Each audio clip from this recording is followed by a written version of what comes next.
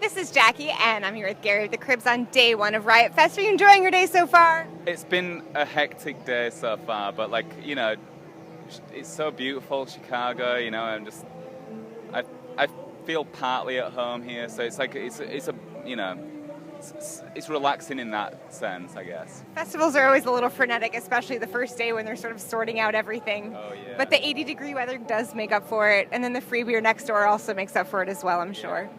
Well, I mean, we'll get to that at some point, Yeah, maybe. Like right now, we just got on site, and it was just like we had to set all the stuff up, and then we got taken to here. So like right now, I'm just a little bit discombobulated. Oh, well, relax, and I'll take it easy on you.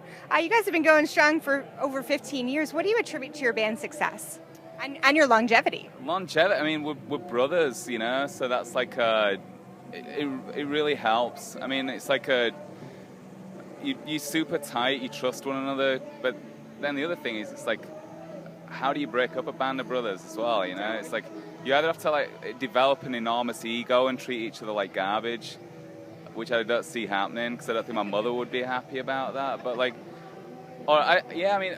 so that's part of the longevity. The other thing is, I just feel like, without being self-congratulatory, I just feel like we've done a pretty good job of, like, sticking to our original intent and not really deviating off course too much.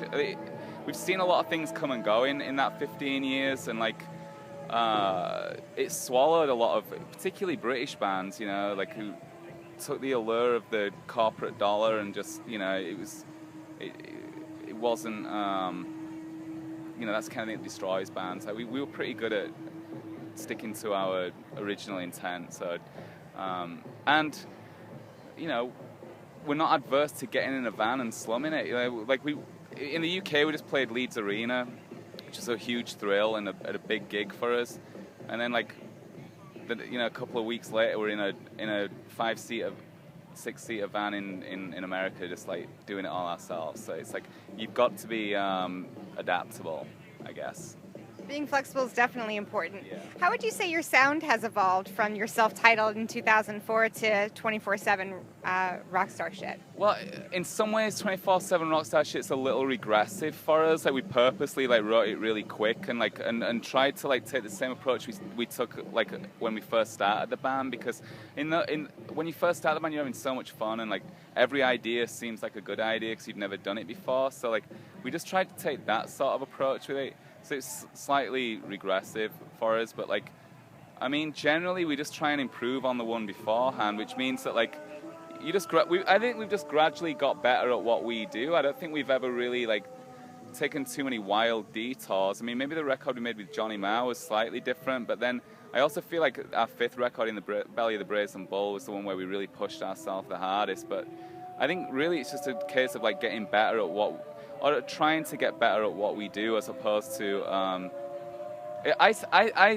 we started this band with the intention of being our own favorite band, it's we want to form a band that plays the sort of music that me and my brothers want to hear, and so we're just still trying to become our own sort of perfect band.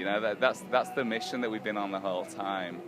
I like that mission. I think that's a really great mission. It's kind of noble, it's it's noble in the fact that it's you hope that other people would feel the same, but it's also a little self-serving in the fact that I'm just trying to make a record I want to listen to, I mean, you have to play it and listen to it all the time. You might as well really enjoy it. Exactly that. Yeah, 18 months in a van with songs that you don't believe in. I think that would be a tough job, personally. But going away from home, leaving your family behind, and just for something that you don't really fully believe in, I think that's tough. That's clocking in at a factory or something, I guess. So what was your songwriting process like for this new album? We just got together in Ross. Ross is my younger brother. He plays drums. We got together in his garage and just played and just tried to make it every idea is a good idea, as opposed to being oh, okay, well we've sort of done this sort of thing before, or we do psychoanalyze stuff now. So our songwriting process takes a bit longer because we'll wonder, is this a progression on that before? Whereas with this record, we just forgot about all that and did it like we did in the early days. Because in the early days, we could write a record in we were so prolific, and so we went back to just doing that, and we did the same thing. I live in Portland. We did it in my basement too, so it was like really fun. Like just get together, hang out, record all the.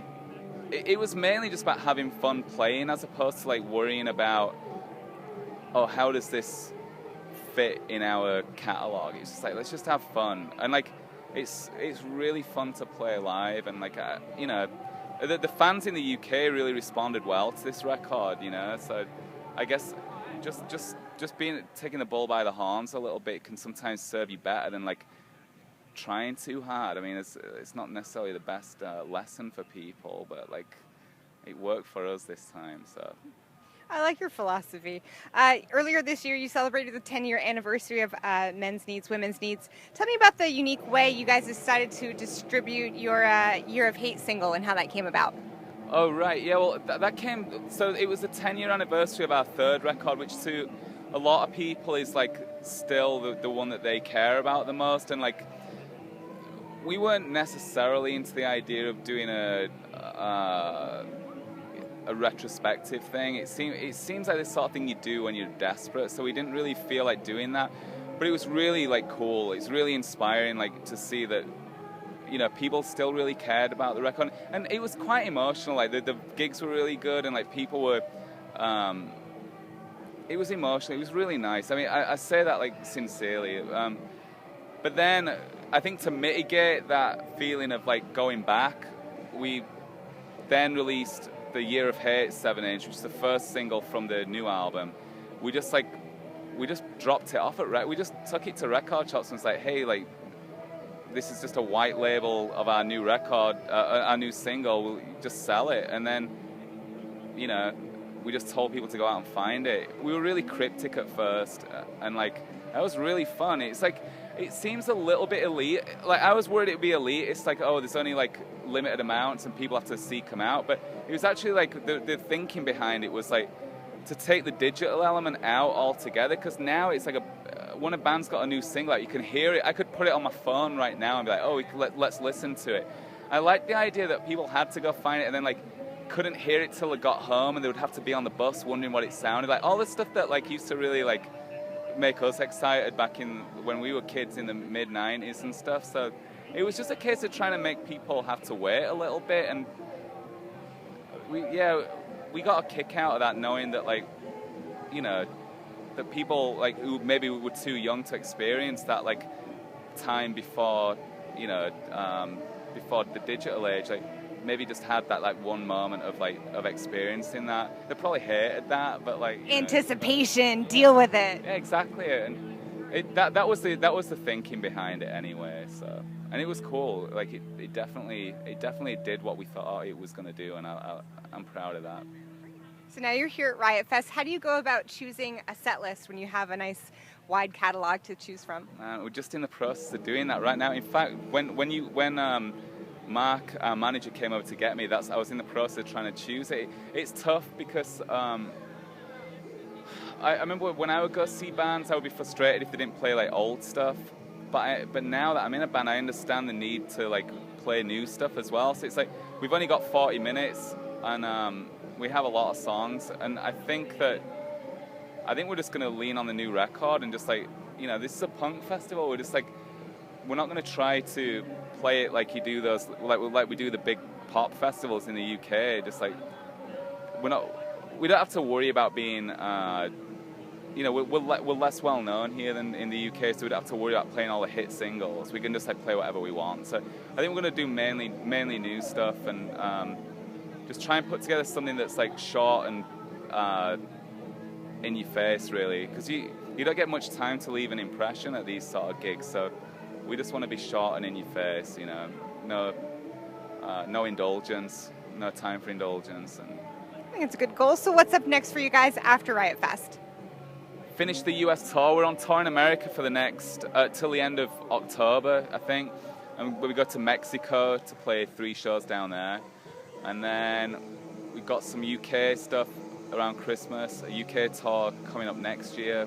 We haven't announced that yet, actually. And then we're going to try and get to Asia again, like, which is like somewhere we've always had a good following. So just trying to tick all the boxes right now, you know, just trying to like get everything scheduled in, and yeah, it's really busy. The record's just pretty much brand new, so yeah, we're slammed right now. Lots to do. Stay busy. Stay tuned for much more from the Cribs. This is Jackie. Thanks to In the Key of Change and Chorus FM.